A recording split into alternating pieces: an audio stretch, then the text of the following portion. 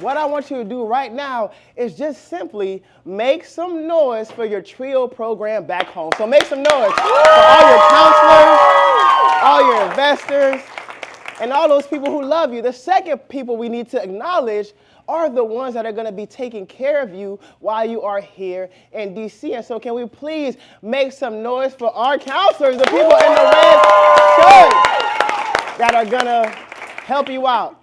And lastly, the last person I want you to make noise for is yourself, because you all showed up bright and early on a Monday morning, ready to have fun, ready to make an impact, but most importantly, ready to learn. And so the last round of applause goes to you. Come on, let's make some noise for yourself. Okay. But the final, last thing I need you to do, my friends, the final thing is for a second, I need you all to imagine. For a second, I need you all to imagine that we have just turned this entire auditorium into an airport. And the reason why is because many of you in this room, I know, I've seen you walk in. Many of you, you have big dreams, right? You have big goals. You have things that you want to achieve in life. You want to become something great, something phenomenal, somebody that's going to help people. But the main question that we have to ask to get there is how? How are we going to do it? How are we going to make these things become a reality? How are we going to get there? Well, my twin brother Jose and I only know one way to take you there, and that's to what we like to call the Power Up Airlines experience. Okay, so the Power Up Airlines experience is going to take you to a place that by the end of it, we hope that you're going to be the best leader that you can be. Now, how many of you in this room have ever been on an airplane before? How many of you? How many of you? Good, hands down. That means you're kind of familiar with the way things are done at an airport. However, at Power Up Airlines, I have great news. We do things just a little bit differently. And so the first thing we're going to have you do is not choose your seat. You already have that. But the first thing we're going to have you do is we're going to actually allow you to choose your aircraft for this experience. And so I want you to think, but choose between the numbers 1, 2, or 3. And when you have that number, put it up in the air so I can see with your finger. 1, 2, or 3. 1, 2, or 3. Okay, look at your number, look at your number, look at your number. All right, hands down, hands down. And so now it is time for the big reveal. We're going to reveal to you the aircraft that you chose. And so all of my number ones, if that was you, please stand up. Stand up. Number 1, if that was you, please stand up. Everybody else, give me a drum roll, please. Drum roll.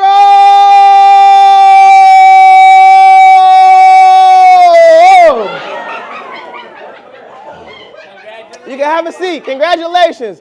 That is going to be your aircraft for this experience. Now, all of my number 2s, you know who you are. If that's you, please stand up. All right, everybody else, give me a drum roll, please. Drum roll.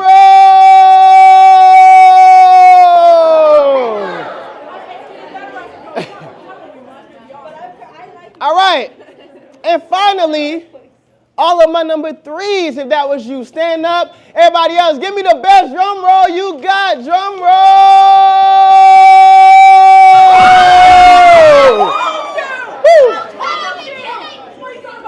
Okay. So with counselors, advisors, students alike in this room, big question. If we're on the same airlines, which is called Power Up, and we're here at the same exact time, in the same exact place, going to the same exact location, why do we have 3 different types of aircraft? Tell me, yes. Yes, because we have different journeys of getting there. If you think that's a good answer, clap it up for her because she just spoke.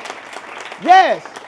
Now, when Jose and I saw you all walking in today, we realized that there are 3 different types of TRIO student leaders that are in this room. 3 different types. When you all walked in, when you sat down and you kind of gathered yourself, we realized by looking at you, I feel like we can kind of get a sense of who's who. And so the first person that I want to address today is the person that reminds me of somebody who's on the human kite. Because when you think about your leadership journey, a lot of times your leadership journey has felt a lot like this. Maybe you're going to be the first one in your family to ever graduate from high school. Maybe you're going to be the first one in your family to ever graduate from college. Maybe you're going to be the first one to ever buy a house, to get a great job, to ever get married and stay married and have a family. Maybe you're going to be the one in your family that breaks all of the negative habits that many of your family members have. But to be the first, not only does it require a lot of hard work, a lot of dedication, but a lot of times it's scary, like being on a human kite. And I want you to know that if that's you in this room, and if at times you have felt alone, you have felt scared, and you have felt like things have been very challenging on your leadership journey, the first thing that I want to tell you is that I'm proud of you. Because just the fact that you are here today, it shows me that you haven't given up, even though it's been tough. And so for that, the least I can do is give you snaps. Y'all snap it up for the person who feels like that. But then, my friends, we have to move on because there's another type of group of leaders who I believe is in this room as well. And the second people that I want to address are those that remind me of people who are on a hot air balloon. And what I mean by that is that hot air balloons, they go up, but in terms of going far, it's a little slow in progression. And so these students, for me, represent those that your leadership journey, if you could be real with me, has been inconsistent. Sometimes you are super motivated, super powered up to turn your work in on time, to show up to school on time, to really make the best of every situation that you have. However, there are other days where you don't feel like doing nothing. You want to be in your bed, you want to stay home, you want to watch TikTok all day. There are times when you are making really good choices, but there are also other days when you are making bad choices. There are days when you're hanging out with the good crowd of friends, the one that are motivated, but then there's also some times when you hang out with the bad kind of friends. The people who you know their habits are dragging you and pulling you further and further away from success. When you think about your leadership journey, it's been up, but at times it's been down. However, though, you being here today, even though it's been feeling like a pool between good and bad, you being here today shows me that you know how to make great choices. However, this Power Up Airlines is going to be dedicated to taking you and the group number one to the next level. So the least I can do for those people is give them a snap. Give them a snap. But then, my friends, whoo-wee, I heard a lot of cheer for this one. And there's a certain group of people in this room who, when I see you and I think about you, I see you as group number 3. And that's the people that, when you think about your leadership journey, it's felt like a private jet experience. Not only are you making good choices when everybody's watching, but you're also making good choices when nobody's watching. Not only are you showing up on time, but nobody has to tell you what to do and be on you. Because you know what at stake is in the future, and you are willing to go at it with all your heart, with all your might, and with all your effort. When you think about your future, man, it's such a bright place because you're putting in the work and the effort and the attitude every single day to get to that next step. And so if you're a leader and your leadership journey has been like that to where you've given it your all 1,000%, the least Jose and I can do is snap for you. And we guarantee you that this Power Up Airlines experience is still going to take you to the next level, my friends. But now we have some things that are missing. We have the name of our airlines, which is called what? Power Up Airlines. We also have your aircraft, but we are missing one important thing. What are we missing? The driver. Yes, who is going to fly the plane? Now, do I have any volunteers in this room to figure out who's going to fly the plane? Okay, hands down. I see your 3. Hands down. Now, the thing that we got to know about pilots is that pilots only take you as far as they've been. And so for today, your pilots, fortunately, are going to be none other than the twin brothers, Jose and Asley, a.k.a. Noble Sheep. And the reason why is because all of you have big dreams and you want to do great things, but you're looking at 2 people who are living their dreams. Jose and I, a couple years ago, we had one dream, and that was to travel across the nation and inspire students just like yourself to be great leaders. We didn't have much when we started. We didn't know how we were going to get to certain places, but we had one goal. And so every day for the past 5 years, we've been working day in and day out to try to spread this Power Up movement to help students just like yourselves be great leaders.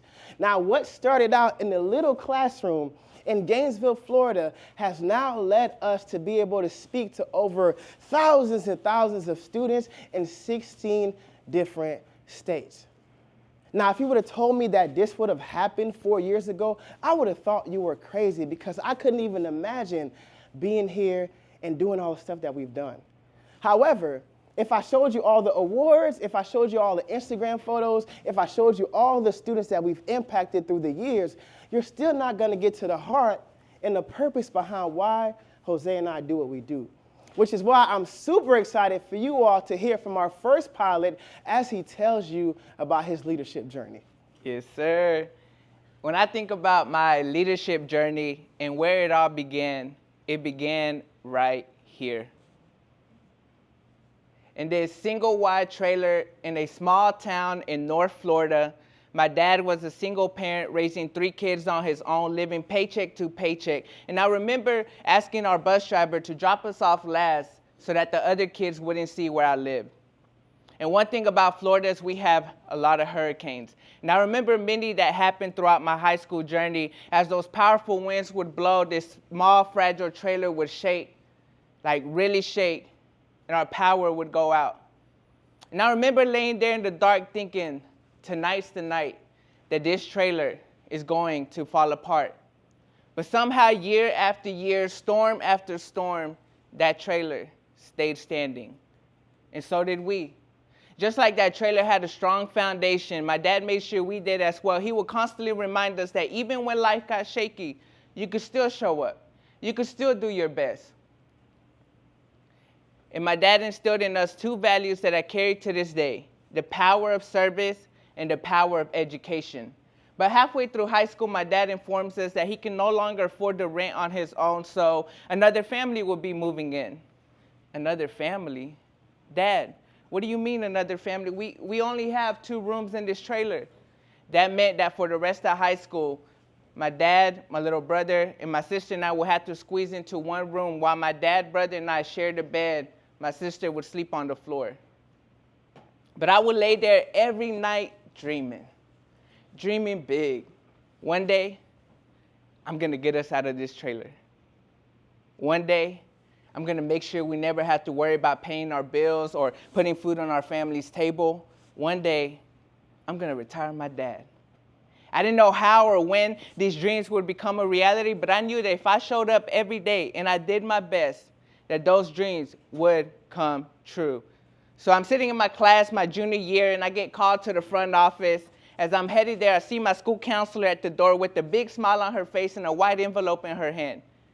She hands me this envelope, and in it, it's a letter. As I begin to read this letter, my heart begins to race. I'm excited, but I start to feel a little bit nervous. It was an acceptance letter to attend a leadership conference at one of the most prestigious universities in my home state of Florida. But I was the only one selected from my high school to represent my entire community, my entire county. And then I thought, leadership? I'm not a leader. Maybe they meant to give this to the other Jose. Oh wait, there was no other Jose in my class. So a few weeks later, I'm packing my one small duffel bag, getting ready to drive an hour and a half south to the University of Florida, home of the Gators. The campus was huge. The buildings were tall. The sidewalks were clean. I remember smelling the fresh cut grass in the air with a mix of humidity. And excited but nervous, I walk over to the check-in desk, and they handed me a set of keys. And for the first time in my life, I walked into a dorm room. And standing there, I see 2 beds, one on each side. Because for the first time in years, I was going to have my own bed. I hear a school counselor come in with a clipboard, and he begins to flip through the pages and says, actually, Jose, your roommate didn't show up.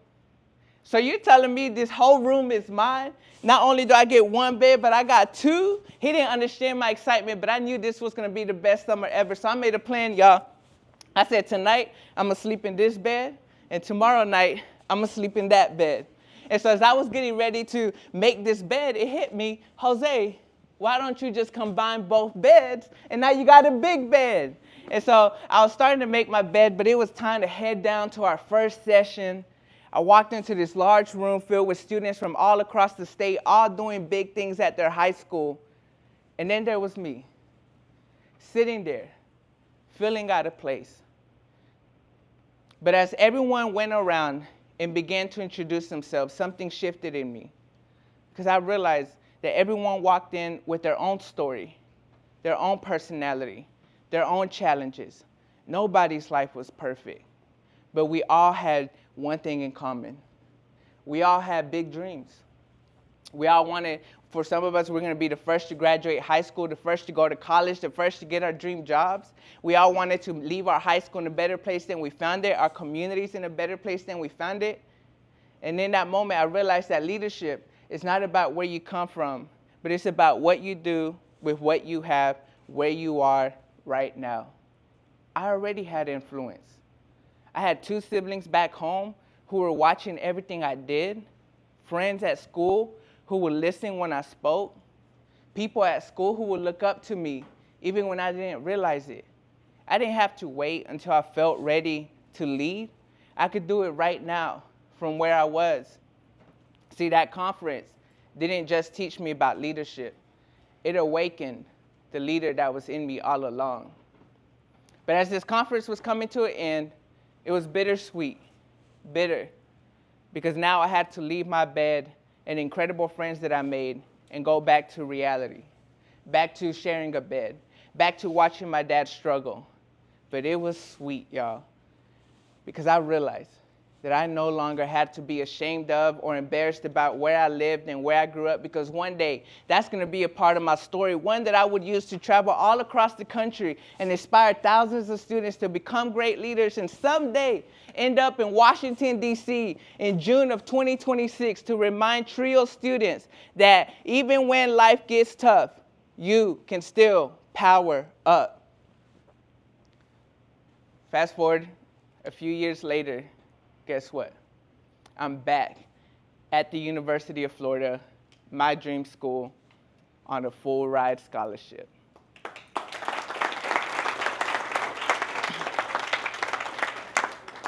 The same kid from that pink trailer, the one who used to share a bed with his dad and his brother, is now on the biggest stage of his life as the graduation speaker.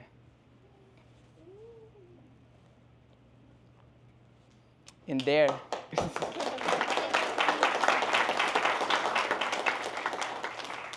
to the top left was my family, smiling big and proud. And as I looked out into the crowd, all I could say was, whoa, we made it. The lights were bright, the mic echoed, and for a second, it felt like time just stopped. Because I wasn't just on that stage representing myself.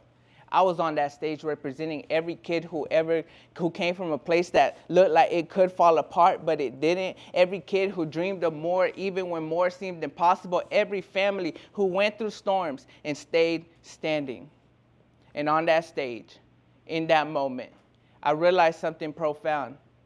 All those nights in that trailer, all those storms, all those sacrifices were all just a part of my story. And if I could go back and say anything to this Jose, it's what I want to leave with you today, TRIO family. And that is, your story is not over yet. Your story is just getting started. And I'm so excited because we're just getting started with our Power Up experience. And I can't wait for you to hear from my best friend, my brother, our co-pilot, Asley Pollas. Come on, y'all got to make some noise for the bro. Woo! Oh, y'all got to make some noise for the Brody. Man. I mean, to come from where he came from, to be able to accomplish all the stuff that he has, I don't know about you all, but I think that deserves another round of applause. Give my brother some love. Woo! But the beautiful part about our story, friends, and Jose and I didn't know this till years later, but in that same big auditorium where Jose spoke in front of 10,000 people was also the time when my life changed. But this time, it wasn't for my high school, it wasn't for my college graduation, it was for my high school graduation, where I was sitting in the seat of 500 other students waiting for my name to be called so that I can finally walk across that stage, look at my principal dead in the face, shake his hand, get my diploma, and finally be done with high school. In the moment that was supposed to be super happy when they called my name, that was supposed to be super joyful, that was supposed to be super great, when they called my name and I walked up, I thought I was going to be happy. But I wasn't happy. I thought I was going to be joyful, but I wasn't joyful. I thought I was going to be excited, but I wasn't excited. And the reason why is because when I walked across that stage, I was glad that I got my high school diploma, but I wasn't proud of how I got it. Because you see, my friends, I only graduated high school with a 2.6 GPA. And when I walked across that stage and when I looked at my principal, I knew that there was so much more that I could have given in that high school, but a lot of times I was just lazy. There was so much more that I could have done. There was so much more people that I could have impacted, but a lot of times I just didn't feel like it. And so I walked across that stage and I just couldn't shake off the feeling that I had. And I remember getting out of that big auditorium and going to find my family outside and looking at my mom's eyes and my dad's eyes and then realizing too that they were glad that I got my diploma, but they weren't proud of how I got it either. Because there would be many nights when my mom would be pacing the floor in the house, many nights, because her son, me, was out and about at midnight, 1 o'clock, 2 o'clock in the morning, hanging out with people that she knew I shouldn't be with, doing stuff that she knew I shouldn't do. And so when I would come home from those late nights, I would see my mom just looking at me with disappointment because she knew I wasn't making the best choices. Also, there would be times in high school when my parents knew that I would get involved in all these different relationships. Relationships that weren't the best, relationships that were super toxic. And they kept telling me, everybody that you're surrounding yourself with is going to be the death of you. They're going to bring you down. But I didn't listen. And so I stayed in relationships too long that I shouldn't have stayed in, and I did a lot of stuff that I'm not proud of to this day. And so with all those thoughts in my mind, I remember sitting at that dinner table on graduation night and looking at my family in the face. And I remember telling them, I know high school wasn't the best. I know I didn't give it my best, but I'm going to be different in college. Trust me, I'm going to try my best. I'm not going to be hanging around certain people. I'm going to give it my all. And so my parents, excited and agreed, they believed in me and they said, you know, Asley, you can do whatever you put your mind to. And so high school graduation came and left. It was time for me to start college. In the beginning of that first semester, I was able to get a job on campus. Not only was I making money, but I was also now going to school and fulfilling the promises that I made to my parents. But there was one thing about me that didn't change. Even though I thought that I could be successful, even though I talked about it, my actions didn't change. So that by the end of that semester, when I was looking through my computer and I got a notification from the school that my grades were released, as I looked at what my first grades of college were like, my heart dropped. It was terrible what I saw on that screen. It was terrible what I saw on that screen. For all of you in the back that can't see the GPA that I had, my first semester of college, I earned a 0.0 GPA. And as soon as the grades were released, I now saw my boss, because I was working at the school, my boss came and she said, Asley, I need to come talk to you. And so I'm walking with my boss to his office, and he sits me down, and he's like, Asley, your grades have just been released. And because you don't have a 2.0, the minimum requirement, we're gonna have to fire you today. And so as soon as I saw that 0.0, my boss is now telling me that I no longer have this job. And so I remember that day getting out of that workplace, but I still had to face 2 more people. Who are those people? I had to go home and face my parents. The people who 6 months ago, I told them that I was going to be different, that I was going to change, that everything was not going to be the same. And I remember being disappointed, walking through that front door, finding my mom and letting her know, hey, Ma, here are my grades, and I don't think I'm going to do this college thing anymore. I don't think this college thing is for me.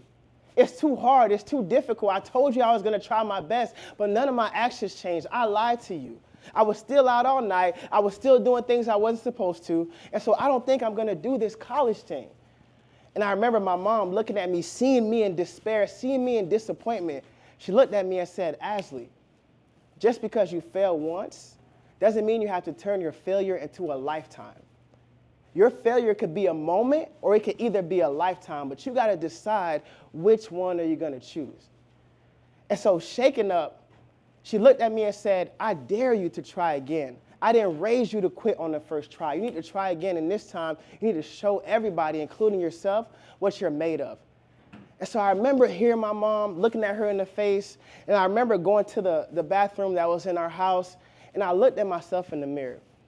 And at first I was like, man, I suck. This is terrible. My life is going down the drain. But at the same time, there was another voice that crept in and said, if I was to go back and do things differently, there are 3 things that I know I need to change. And if you want to know what those 3 things are, show me those 3. Show me your 3 with your hand. Show me your 3. Show me your 3. Y'all, there were 3 things that I needed to change because my life was going down the drain. And so I said, the first thing, if I'm going to go back to school, the first thing I got to do is I got to change the way I think. There's certain ways of how I think, how I look at the world, and they're just not working. I think that I could do it all by myself. I think that nobody cares about me. I think that nobody loves me. I think that I have to surround myself with these negative people just so that they can like me. There were so many ways that I thought that didn't serve me well. And so I said, the first thing that I'm going to do is I'm going to change the way I think. But to do that, there were 2 things. The first thing is I had to stop listening to music that was about drugs, weed, having sex, and partying because I wasn't trying to be about that life anymore. And the thing that can control your thinking is your music. And so I said, if I want to change my life, I got to change the music, the movies, and the people that I follow on social media because they're not serving me. After that, I said I had to change the way I talk. And what I mean by that is I had to tell people the truth. That at the end of the day, I needed help. I wasn't doing well. And so instead of saying that everything was fine, instead of saying that everything was all good all the time, I had to actually tell people that I don't know what I'm doing and I need some help. Can you help me? But the last thing that I had to do is I had to take action. That means that I had to wake up, show up, and give it everything that I had if my life was going to change. And so school started again, and for those next 4 months, I made a commitment, dedication, to do all those things that I had told myself I was going to do in that mirror. And something changed in my life, drastically. Because in April of that new year, when I got my new grades for the spring semester, 6 months after receiving those grades, or 4 months, when I got the news, this time things were different. Because I no longer saw all D's in a 0.0 GPA, I saw this. I saw this. In less than 4 months, my whole life changed. My whole life turned around because of the basic principles that I just told you all. And so from that moment, I realized, man, I can do this college thing. College is for me. And so that led me to even be more passionate, to tell the truth even more, to get the help I needed, but to also make the decisions that would make me proud, but also my parents proud when they were not looking. And I wish I could tell you that from there, my leadership journey was great and everything was fine. However, on the days that I did really well, I didn't realize that I was going to be hit with the hardest news that I would ever have to face. Because a couple weeks after receiving those grades, I remember coming home. And as I walked in the door, I remember hearing somebody crying. And I was like, there's nobody in this house but my mom. Why is she crying? I had never really saw my mother cry like that before. And so I remember running to her room to try to find her, and my mom was sitting in her bathroom just crying her eyes out. And I'm like, Mom, is it about me? I'm doing well in school. Like, why could she be crying so much now? And so as she looked at me, I went over to hug my mom. And my mom, with the best words that she could, she proceeds to tell me that she had just been diagnosed with a brain tumor. And so in the moment where school is going good, life is going good, I'm making all the best choices, life is still trying to find a way to knock me down, my parents down, and it's making me question everything that I was going after. And so I'm sitting here hugging my mom, telling her that it's going to be okay, but at the same time, my heart is breaking. Because the person that I love, my hero, my mom, is sitting here, and we don't know if she's going to live long or not.